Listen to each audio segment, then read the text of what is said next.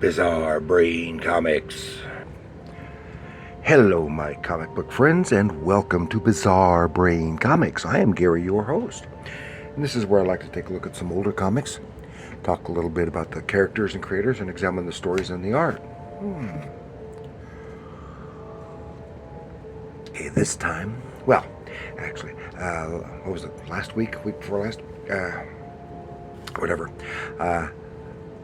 I did a couple of videos just showing some of my science fiction, but one of just some random science fiction comics, and then one on EC comics.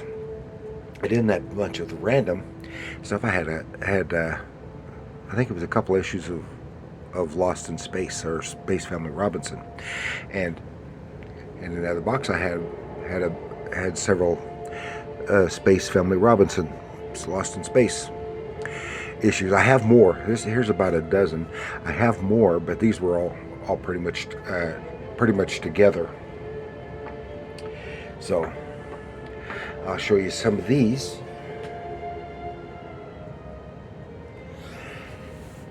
This is covering a long period, and I may have shown some of these before as part of a haul or something. I don't remember.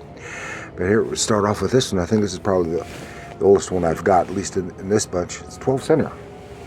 And that's when the title was just Space Family Robinson.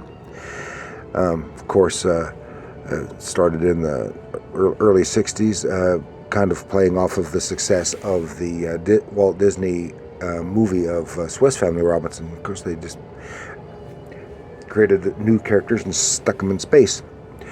and of course, was not directly related to the TV series of Lost in Space from the Irwin Allen Productions. They had actually, Irwin Allen ripped off Gold Key's Space Family Robinson. That was their inspiration, and they were originally going to call it Space Family Robinson, but to avoid any potential legal stuff, they changed it to Lost in Space. And Gold Key already had licensing for other Irwin Allen productions, such as Voyage to the Bottom of the Sea, which, even though the show was no longer on the air, I think it might have been concurrently, I don't remember. And so because of that, they reached an agreement. Gold Key wouldn't sue them for infringement of their copyright if they maintained the license for the other projects and allowed them to use Lost in Space in their title. That's why there was no actual Lost in Space comic at the time of the show was in production, licensed because of this. So it started off as Space Family Robinson, and here this is with this issue. Unfortunately, it looks really good, pretty good for the cover. This is from 1963, but someone had cut off the back cover, which reproduced this cover painting without the masthead, and also cut out the either the ads or backup story that was in there. And this, of course, looks like a George Wilson painted cover. All of them look like they're, with a couple of exceptions, maybe look like they're George Wilson paintings, and all of them with the interior art by Dan Spiegel. And I think he was the only artist. He did the entire run for all those years. It's probably his single longest running project. And then, of course, they always had little things about his history or science or something in there. And here is a text story. And I'm not even sure this is science fiction, and I'm not even sure that this was is completed, because it might have been cut off. But they had and I think most of the stories were written by, most of, if not all of them, were written by Gaylord Dubois, who also wrote the Tarzan comics, the Korok Son of Tarzan comics, later the Jungle Twins, and Brothers of the Spear, and things like that. So, and this is issue number 5 there, and we jump. I think this one was 28, still 12 cents, but this is a few years later. This was from 67, I think it was. And this is more complete. Again, nice Gaylord Dubois. When suns collide, and I think they were better written overall than most of the Lost in Space episodes, TV episodes. And some bird people and some rockets. Yeah, all kinds of stuff. So Gaylord Dubois was very productive. Of course, at this time they were quarterly, so he didn't have as many to draw or write. So, but yeah, published. At this point, it was bi-monthly. Initially, it was quarterly. And then here's we jump up a couple of years. This is a 15-center, and I think I showed this one with that last batch. This is a duplicate copy because it was in a different bunch. The Robinsons. An emergency landing plunges the Robinsons into the grasp of space giants. Again, some real nice Dan Spiegel art, and of course he did Korok, Son of Tarzan, for several years. He did so many TV tie-in things, and anything that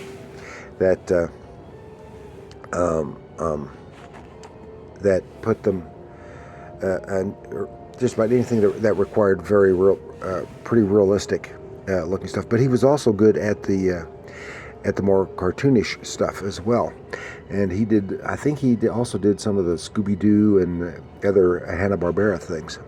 Just about anything that was tied into to TV or movies, he could and often did do. Here we step up another couple of years. A 20 center, and here they have Space Family Robinson, and they're using Lost in Space on Space Station 1. It's the expanded, the longer title. Here, this one too. I was highlighting Lost in Space. It was Space Family Robinson, Lost in Space. Same thing with this one, Lost in Space, because this was at the time of the TV show. Lost in Space. So they highlighted Lost in Space. So here it's after that. So they went back to more of the Space Family Robinson, but they kind of went back and forth on that. This would have been what, 70, 72, 73? I forgot. Yeah, 73. And just lovely artwork, and had some very imaginative storytelling. And here's one a little bit later. Also 20 center, Lost in Space so it's Space Family Robinson, Lost in Space on Space Station 1. And the space spider strapped the Robinson in a web of doom. There's some wicked looking space spiders. And one of the things, extra fun, 16-page fun catalog. So we're getting in the middle here, and here we are, the catalog for all kinds of stuff. Of course, this issue was cover dated January, but it was they came up about 2.5 to 3 months before that, so it would have been just in time for Christmas. All kinds of advertising. They're all and drawn advertising. And here's Spirograph, Kenner Toys, Treasures, and then back to our space adventure. And another one jumped up to 25 cents. Lost in Space, Battle of Giants, different giants this time. There's a giant cat and stuff.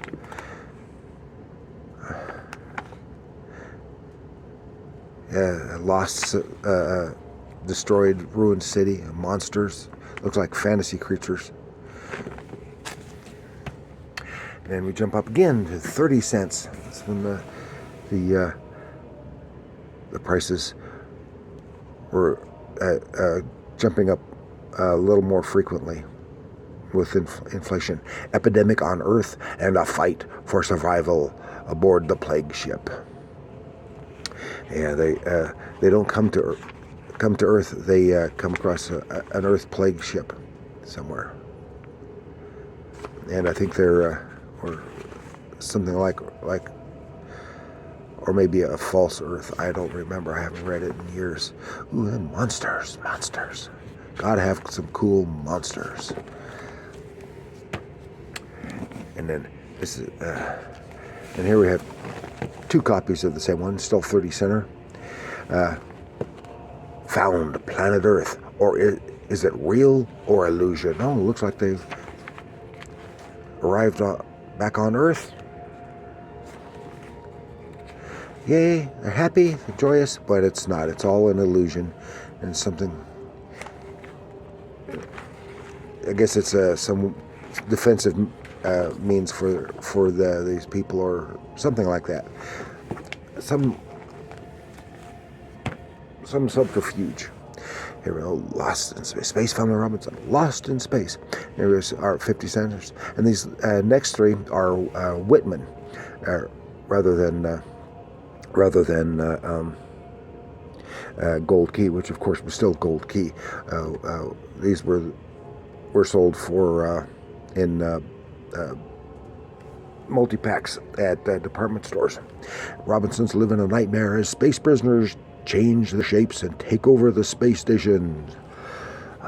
But this one is, all 3 of these are reprints from the 60s.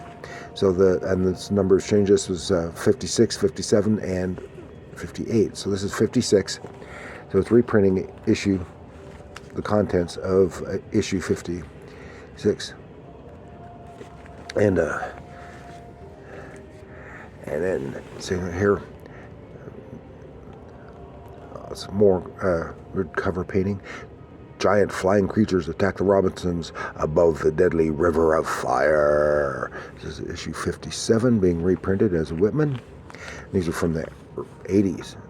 An ad for Dr. Solar, Man of the Atom.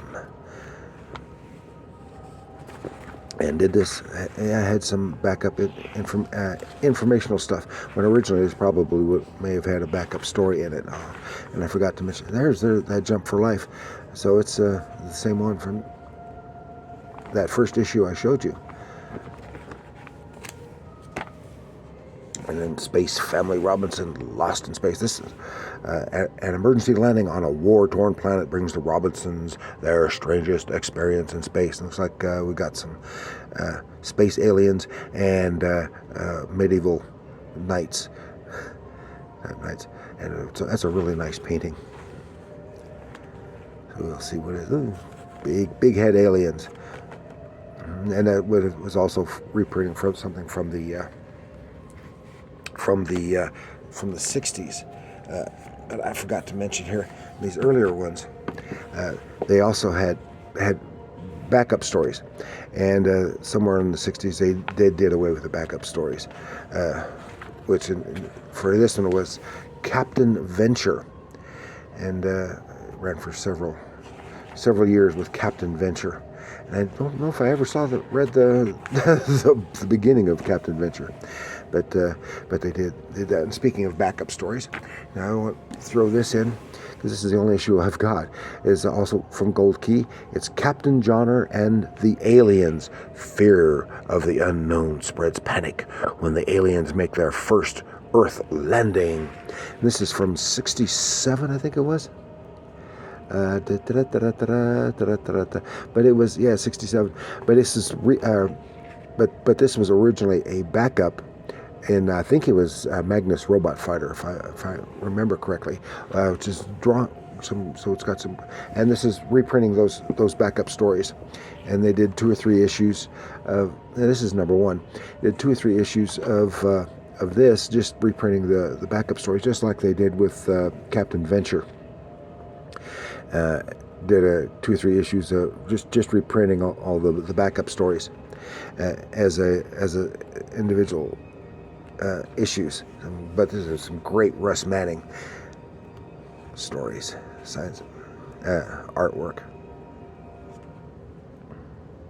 and this is very different. It's all about first contact with an alien race. and that's Captain Johnner and the aliens. So that's what I've got. All I've got for you to show you this time with Lost in Space. Space Family Robinson.